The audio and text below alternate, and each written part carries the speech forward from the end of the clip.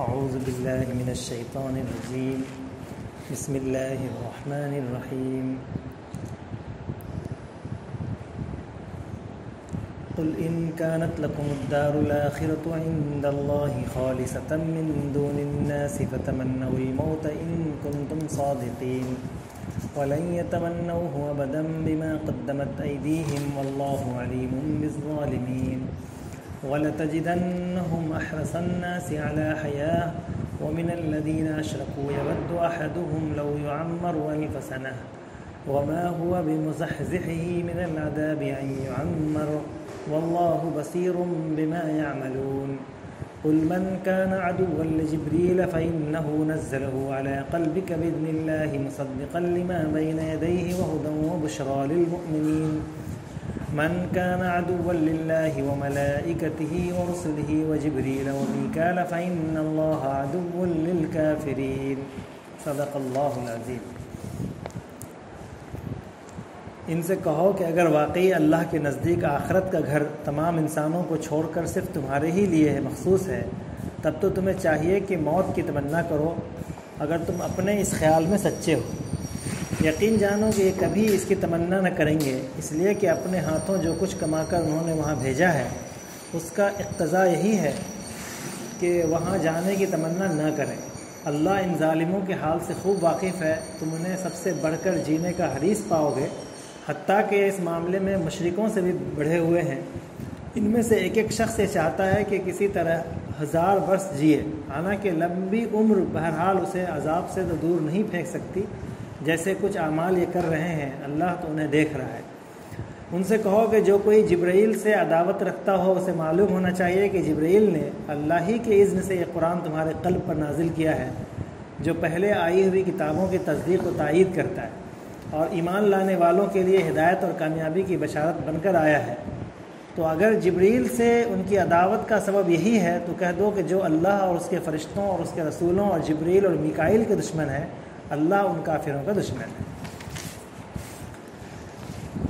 یہ پچھلی آیت میں ایک بات یہ آئی تھی کہ ان کے سامنے یعنی یہودیوں کے حوالے سے کہ جب یہ کہا گیا کہ یہ کتاب پر ایمان لائیے، حق یہ ہے، اور اس کو واضح کرنے کے بعد اس کتاب پر ایمان لانے کی دعوت دی گئی، تو انہوں نے صاف طور پہ یہ جواب دیا کہ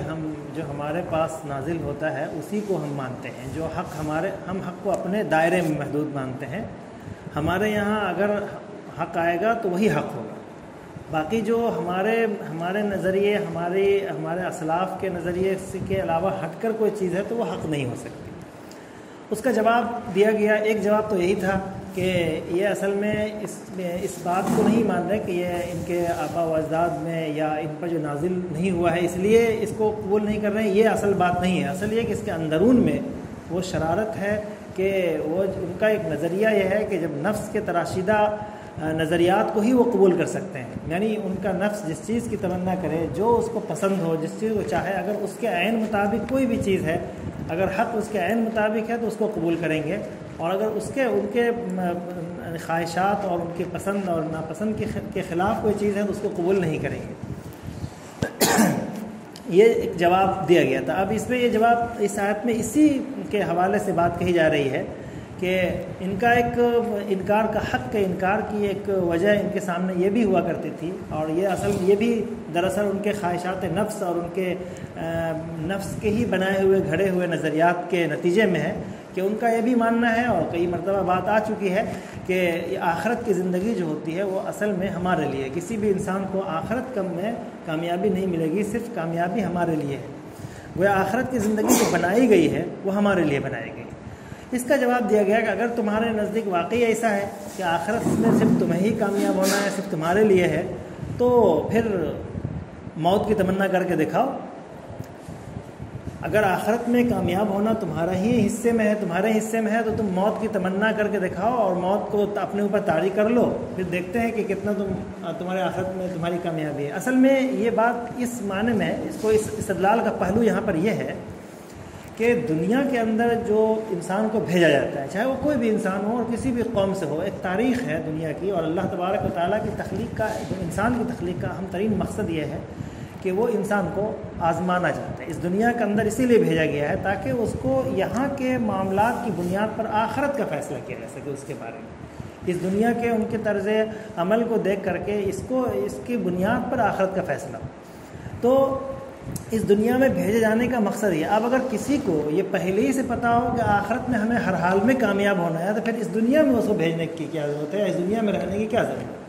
اگر تمہیں پہلے ہی سے یہ بات معلوم ہے اور تم اس بات پہ پہلے ہی سے پختہ تر یقین رکھتے ہو کہ آخرت میں صرف تمہاری ہی کامیابی, آخرت میں ہر حال میں تمہاری کامیابی ہونی ہے, بلکہ آخرت تمہارے لیے بنائی گئی ہے, خالص تمہارے لیے ہے, تمہاری فلاح کے لیے ہے, تو پھر اس دنیا میں کیوں تمہیں بھیجا گیا؟ اس دنیا میں بھیجنے کا کوئی مقصد نہیں. چلو اگر کسی نے بھیج بھی دیا ہے تو آج اپنے اوپر موت کو طاری کر کے دکھاؤ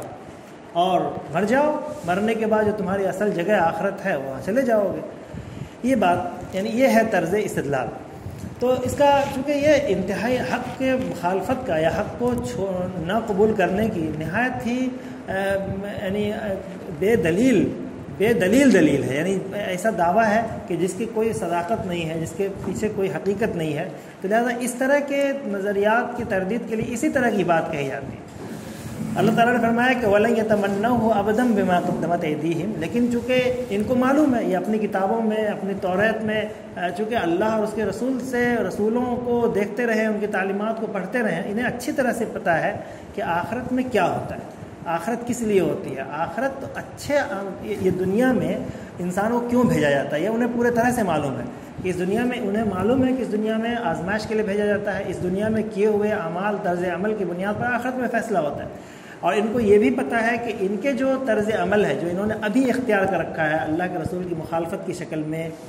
اور حق کی مخالفت کی شکل میں, انہیں پتہ ہے کہ ہم کس چیز کی مخالفت کر رہے ہیں, حق کی مخالفت کر رہے ہیں. اللہ تبارک و تعالیٰ نے ان کو بتا رکھا ہے ان کی کتاب میں کہ یہ رسول, آخری رسول, ہر حال میں وہ رسول ہوں گے, ان پر جو کتاب نازل ہوگی وہ مبنی پر صداقت کتاب ہوگی.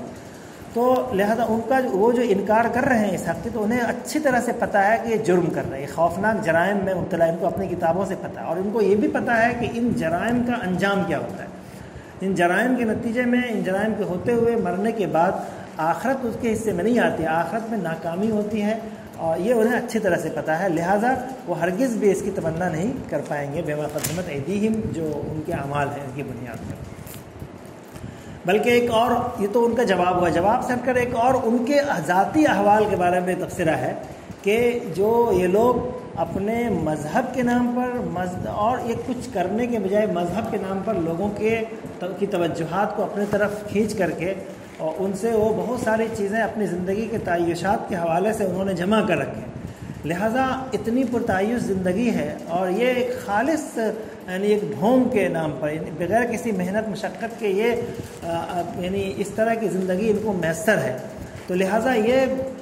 موت کی تمنا کیا ہے, تو کسی بھی حال میں زندہ رہنے کی کوشش کریں گے, زندہ رہنے کی تمنا کریں گے, چاہے وہ شرارت کرتے ہوئے جئیں, چاہے وہ مخالفت کرتے ہوئے جئیں, چاہے جس طرح بھی جئیں, وہ کسی بھی طرح کی معمولی زندگی کو بھی وہ ترجیح دیں گے. اور لَتَجِدَنَّهُمْ أَحْرَصَ النَّاسِ عَلَىٰ حَيَاةٍ, اتنی ترجیح تو کوئی بھی انسان,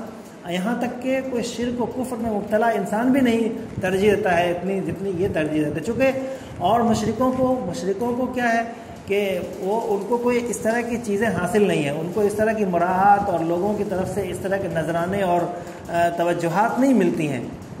بلکہ ان کو اپنی محنت اور مشقت کے بعد ہی اس دنیا میں جینے کا موقع ملتا ہے. انہیں تو مذہب کے نام پر انہیں بہت ساری چیزیں حاصل ہیں, بہت سارے نذرانے حاصل ہیں, بہت ساری چیزیں ان کو مقبولیت حاصل ہے, لوگوں کے سامنے ان کی عظمت ہوتی ہے, تو یہ ساری چیزیں ان کو حاصل ہے بغیر کچھ کیے ہوئے. تو لہٰذا یہ تو ان لوگوں سے زیادہ حریص ہوں گے جو مشرکین ہیں. اور یہ علی حیا یعنی گویا تنکیر کا انداز اپنایا گیا جس میں اشارہ ہے کہ وہ کسی بھی طرح کی زندگی کو ترجیح دیں گے بمقابلے اس کے کہ وہ آخرت میں جائیں, آخرت کی طرف رواں دواں ہوں. اس کے مقابلے میں وہ کسی بھی زندگی کو ترجیح دیں گے, بلکہ مشرکین سے بھی زیادہ حریص ہوں گے. اور یہ بات بھی ان کے حوالے سے ان کی زندگی پر ہی تفریح کرتے ہوئے, ان کی زندگی کے ذاتی احوال کی طرف اشارہ کرتے ہوئے کہا کہ اگر ان میں سے تو ہر کوئی یہ چاہتا ہے کہ 1000 سال بھی جئیں تو بھی وہ جینا چاہیں گے, لیکن ظاہر ہے کہ یہ بات آئی کہ ان کے 1000 سال جینے اور ان کی ان تمناؤں سے ایسا کچھ نہیں کہ عذاب ٹل جائے گا، بلکہ حق کا جو معیار ہوتا ہے وہ اسی معیار پر قائم رکھا جاتا ہے، چاہے کوئی انسان لمبی عمر جیے یا کم عمر جیے، لیکن آخرت کے لیے یہ دنیا بنائی گئی ہے۔ دنیا آخرت کو میں کامیابی یا ناکامی کا معاملہ جو ہوتا ہے وہ دنیا کے معاملات کی وجہ سے ہوتا ہے، دنیا کے طرز عمل کی بنیاد پر ہوتا ہے، اور دنیا کا طرز عمل سے اللہ تبارک تعالیٰ کو واقف ہے۔ لہذا آخر میں تمام باتوں کی طرف ایک لطیف اشارہ کیا گیا، واللہ بصیر بما یعملون کہہ کر، کہ دنیا کا معاملہ اور آخرت کا معاملہ عمل سے تعلق رکھتا ہے۔ یہ دونوں سے بس یہی تعلق ہے، دونوں کے درمیان یہی مناسبت ہے کہ عمل، اور یہ عمل کی بنیاد پر، دنیا کے اندر کیے ہوئے عمل کی بنیاد پر آخرت میں کامیابی ملتی ہے۔ صرف نظریے اور یعنی نفسانی اپنے نفس کے تراشیدہ نظریات کی بنیاد پر کامیابی نہیں ملتی۔ اب اگلی آیت میں بتایا جا رہا ہے کہ انسان جب حق کی مخالفت کرتا ہے بغیر کسی دلیل کے، بغیر کسی وجہ کے، تو وہ حق کی مخالفت کرتے کرتے ایک فوبیا پیدا ہو جاتا ہے اس کے اندر۔ وہ حق کی مخالفت کرتے کرتے وہ بہت آگے نکل جاتا ہے اور ایسی چیز کی مخالفت کرنا شروع کر دیتا ہے جس کی کوئی انتہا نہیں ہوتی۔ مثلا ایک آدمی کو کسی سے، عام انسان میں ایک آدمی کو کسی سے تھوڑی سی کوئی بات ہو جائے تو اس کی مخالفت کرتے کرتے کرتے کرتے وہ کبھی کبھی اس کے قتل کے در پہ ہو جاتا ہے، کبھی کبھی اس سے بڑھ کر بھی آگے چلتا اور اس کی کوئی انتہا نہیں رہتی، اور نہ جانے وہ کس انتہا تک پہنچے گا انسان مخالفت کرتے کرتے۔ گویا کہ جو رد عمل ہے اور جو عداوت ہے، یہ جب انسان کوئی بھی معاملہ میں جب وہ بڑھاتا ہے تو پھر وہ اس کی کوئی انتہا نہیں رہتی۔ ان کے یہاں کیا ہے، یہودیوں کے یہاں چونکہ اللہ کے رسول محمد صلی اللہ علیہ وسلم کی مخالفت کی، کتاب کی مخالفت کی، اب ان کو یہ پتہ چلا کہ کتاب نازل کون کر رہا ہے، تو کتاب لے کر آ رہے ہیں جبرائیل۔ اب جبرائیل کو گالی بکنا شروع کر دیا، ان کو برا بھلا کہنا شروع کر دیا کہ جبرائیل تو ہمارے دشمن ہیں، جبرائیل کو لانا چاہیے تھا کسی بنی اسرائیل کے کسی شخص کی طرف، یہ کتاب لے کر آنا چاہیے تھا، یہ چلے گئے کسی اور کی طرف، تو اس کی وجہ سے وہ جبرائیل کو برا بھلا کہتے تھے۔ اور پھر موت کا ڈر ان کو اس قدر سمایا ہوا تھا کہ مرنے کے بعد ہمارا کیا حال ہوگا، تو یعنی جو اور فرشتے ہیں ان کو اس کی برائی کرتے تھے۔ تو یہاں پر یہ بتایا جا رہا ہے کہ دراصل یہ ان فرشتوں کی جو کو گالی گلوچ یا ان سے عداوت کر رہے ہیں، وہ دراصل اللہ سے عداوت کر رہے ہیں۔ جبرائیل اپنے من سے یا اپنے اس کا خود ان کا فیصلہ نہیں ہے کہ یہ قرآن جا کر کے بنو اسماعیل کے کسی شخص کے پاس لا کے رکھ دیا ہے، بلکہ یہ اللہ تبارک و تعالیٰ کی اذن سے آپ کے قلب پر قرآن کو نازل کیا جا رہا ہے۔ لہٰذا اگر کوئی جبرائیل کی مخالفت کر رہے ہیں تو وہ گویا پس پردہ وہ اللہ کی مخالفت کر رہے ہیں، جبرائیل سے عداوت، وہ اللہ سے عداوت۔ تو یہ ان کے ایک فوبیا کو بتایا گیا کہ، اور یہ عام انسان کا رویہ ہوتا ہے کہ جب وہ کسی کی مخالفت میں آتا ہے تو اس کی پھر کوئی انتہا نہیں چھوڑتا۔ لہذا جب یہ اللہ اور اس کے اللہ کی کتاب قرآن مجید اور رسول اللہ کی مخالفت پر آئے تو پھر وہ لوگ سیدھے جبرائیل کی مخالفت، اور دراصل جبرائیل کو وہ گالی دینے کے بجائے وہ اصل میں اللہ کی مخالفت کرنا چاہتے ہیں، اللہ کے عداوت۔ کبھی کبھی ایسا ہوتا ہے کہ جب انسان کسی کو براہ راست کسی کو کچھ نہیں کہہ سکتا ہے تو اس کے کسی ایسے عمل کو یا اس کے کسی ایسی علامت کو برا بھلا کہنا شروع کرتا ہے جس کا انتساب اس شخص کی طرف ہوتا ہے۔ مثال کے طور پہ آج کل کیا ایک رویہ ہے کہ بھئی اگر اسلام کو برا بھلا کرنا ہے، کوئی آدمی یعنی جو اس طرح کے لوگ ہوتے ہیں جو چاہتے ہیں کہ اسلام کو برا بھلا کہیں یا ان کو کوئی اس طرح کر رہا ہے تو وہ کیا کہتے ہیں، وہ اسلام کا یہ سمبل ہے، یہ مولوی حضرات ان کو برا بھلا کہنے لگتے ہیں، تاکہ کیا ہوتا ہے کہ وہ اپنا دھونس نکالنا شروع کر دیتے ہیں۔ تو وہ اسلام کو براہ راست برا بھلا نہیں کہہ سکتے، کیوں؟ اس لیے کہ اسلام کو برا بھلا کہیں گے تو خود مسلمان ہونے کا دعویٰ کر رہے ہیں، تو وہ پھنس جائیں گے۔ وہ کیا کرتے ہیں کہ اس کے جو علامتیں ہیں، ان کی طرف جو ان کے جو منتسبین ہیں یا ان کا جو نام لیوا ہے ان کی وہ مخالفت کرتے ہیں، ان کی برائی کرتے ہیں، تاکہ وہ پس پردہ وہ برائی ہو جائے اور ان کا اپنا جو ذہنی اضطراب تھا وہ کچھ کم ہو جائے۔ تو ٹھیک ان کا بھی حال یہی تھا کہ وہ اللہ تبارک و تعالیٰ ہی سے اصلاً نالا تھا، اللہ کے اس فیصلے ہی سے نالا ہے کہ وہ بنو اسماعیل کے پاس کہاں چلے گئے۔ اب اللہ کو تو وہ گالی گلوچ تو نہیں کر سکتے، یا اللہ کو تو ڈائریکٹ وہ برا بھلا نہیں کر سکتے، لہذا اللہ کے جگہ اللہ کے ذریعے سے اصل اللہ کی علامت یہاں بن کون رہا ہے، ذریعہ کون بن رہا ہے، تو جبرائیل بن رہے ہیں، جبرائیل لے کر آ رہے ہیں، تو لہذا جبرائیل کو برا بھلا کہو، دراصل وہ اللہ کو برا بھلا کرنا چاہیے۔ اسی کا یہاں پہ جواب دیا گیا کہ جو شخص جبرائیل کی سے عداوت کرتے ہیں تو جان لیجئے کہ اللہ تبارک جبرائیل جو اس قرآن مجید کو آپ کے سینے پر اللہ ہی کی اجازت سے آپ کے قلوب پہ لے کر آتے ہیں،